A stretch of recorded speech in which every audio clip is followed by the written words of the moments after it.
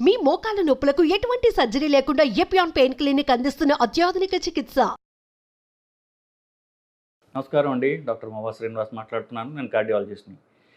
Heart problem ఉంటే అది ఛాతీలో నొప్పి ఉన్నా లేకపోయినా ఎడమ భుజం నొప్పి వస్తుంది, ఎడమ చెయ్యికి అది ఎడమ చెయ్యి లాగుతుంది, లేకపోతే ఎడమ చెయ్యి నొప్పిలాగా ఉంటుంది. ఇలాంటిది బాగా ప్రజల్లో బాగా ఏంటంటారంటే ప్రాచుర్యంలోకి వచ్చేసినటువంటి సిమ్టమ్. వాళ్ళకి అసలు నిజానికి ఛాతీలో నొప్పి వస్తుందని కూడా వాళ్ళకి మర్చిపోయారు.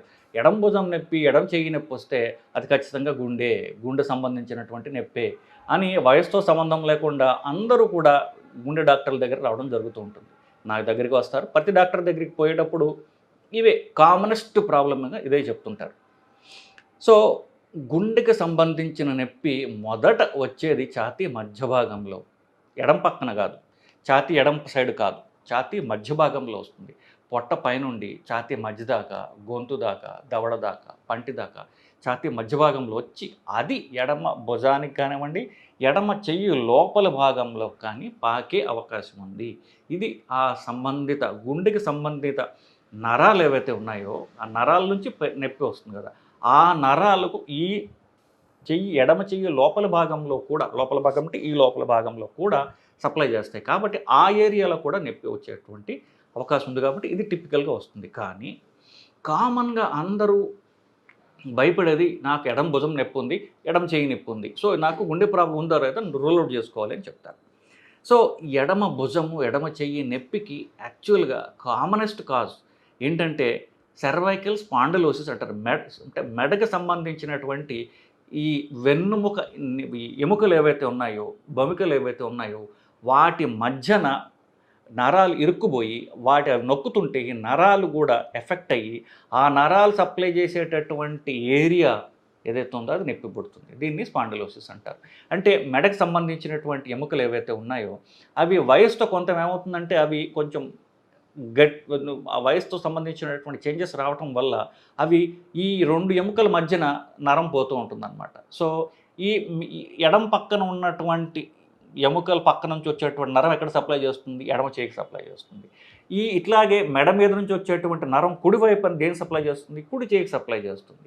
సో ఒకవేళ ఈ ఎముకల మధ్యలో వచ్చే నరం ఎడం పక్కన ఎఫెక్ట్ అయిందనుకోండి, ఎడమ భుజం నొప్పి వస్తుంది, ఎడమ చెయ్యి నొప్పి వస్తుంది. కానీ గుండెకి సంబంధించిన నొప్పి చెయ్యి లోపల భాగంలో వస్తుంది. ఆల్మోస్ట్ లైక్ మీకు చిటికెన్ వేలు ఆ ఏరియా వస్తుంది తప్ప బయట ఏరియాకి అంత కామన్గా రాదు. సో మీకు చెయ్యంతా నొప్పో, చెయ్యి బయట భాగంలో నొప్పో, లేకపోతే ఈ భుజం అతను చెయ్యి నొప్పి ఇట్లా ఉన్నట్లయితే మోస్ట్లీ అది ఎముకల ప్రాబ్లం అయ్యి ఉండే అవకాశం ఉన్నది. సో ఎస్పెషల్లీ ఎవరికైతే షుగర్ లేదు, బీపీ లేదు, సిగరెట్ అలవాటు లేదు, ఫ్యామిలీ హిస్టరీ లేదు అనుకున్న వాళ్ళకి హార్ట్ అటాక్ వచ్చే అవకాశం తక్కువ. వాళ్ళకి ఎస్పెషల్లీ 60-50 ఏళ్ళు దాటిన తర్వాత చాలామందికి మెడ ఎముకల ప్రాబ్లమ్స్ కూడా చాలా కామన్గా వస్తుంటాయి. మెడ ఎముకల్లో ప్రాబ్లం రావటం, నడుము ఎముకల్లో ప్రాబ్లంలు రావటం, ఇవన్నీ కూడా సర్వసాధారణంగా జరుగుతూ ఉంటుంది. ఎస్పెషల్లీ బరువు ఎక్కువగా ఉన్న వాళ్ళల్లో ఈ ఎముకలు ఆ బరువు వల్ల ఎముకలు ఒకదాని మీద ఒకటి నొక్కుపోయి ఆ ఎముకల మధ్యలో ఉన్నటువంటి నరాల మీద రాపిడి పడి ఆ నరం సప్లై చేసేటటువంటి ఏరియా ఏదైతే ఉందో అది ఎఫెక్ట్ అవ్వడం జరుగుతూ ఉంటుంది. సో ఎడమ భుజం నొప్పి అన్నిసార్లు గుండెకి సంబంధించిన నొప్పి వల్ల కాకపోవచ్చు. అది ఈ స్పాండిలోసిస్ అంటే మెడ నరాలకు సంబంధించినటువంటి నరాలు ఎఫెక్ట్ అయ్యే అవకాశం కూడా ఉన్నది. అఫ్కోర్స్ ఈ నరాలు నొక్కుపోయి స్పాండిలోసిస్ వల్ల ప్రాణాలు పోవు. గుండె హార్ట్ అటాక్ వస్తే ప్రాణాలు పోయే అవకాశం ఉంది. ఇది మీకు ఒక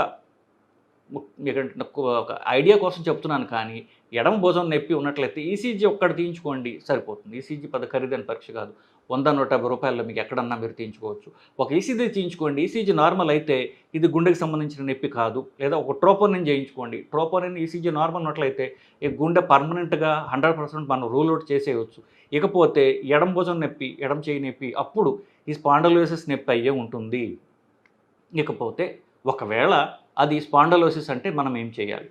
ఈ ఎముకలకు సంబంధించినటువంటి ప్రాబ్లం కదా ముఖ్యంగా. ఇది ఎముకలకు సంబంధించిన ప్రాబ్లమ్స్కి నొప్పి తగ్గించే మందులు తప్ప పెద్ద మార్గాలు లేవు. 2 మార్గాలు.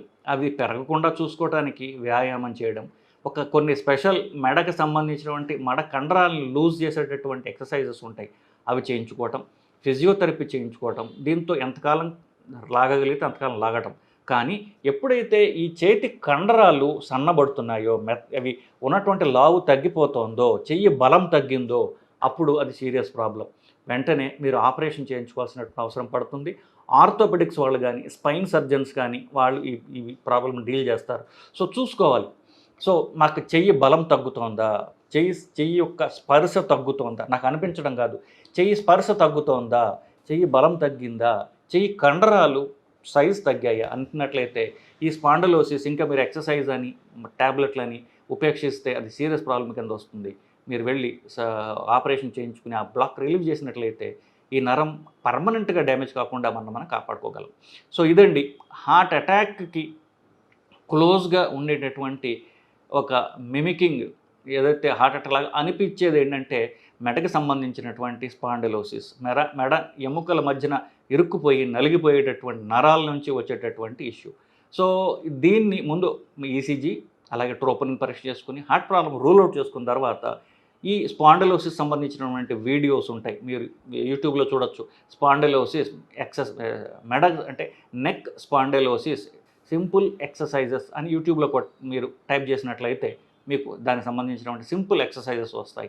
అది మీరు పొద్దున్న సాయంత్రం 2 సార్లు రెగ్యులర్గా చేసుకున్నట్లయితే మెడ ఎముకలు కాస్త వదులుగా అయ్యి లూజ్ అయ్యి ఆ నరం మీద కంప్రెషన్ తగ్గి మీ ప్రాబ్లం మీరు సాల్వ్ చేసుకుని మీ సొంతగా మీరు సాల్వ్ చేసుకున్నటువంటి అవసరం ఉంటుంది. కానీ నేను చెప్పినట్టుగా సెన్సేషన్ తగ్గిన, చేతి మీద బలం తగ్గిన, లేకపోతే చేయి కండలు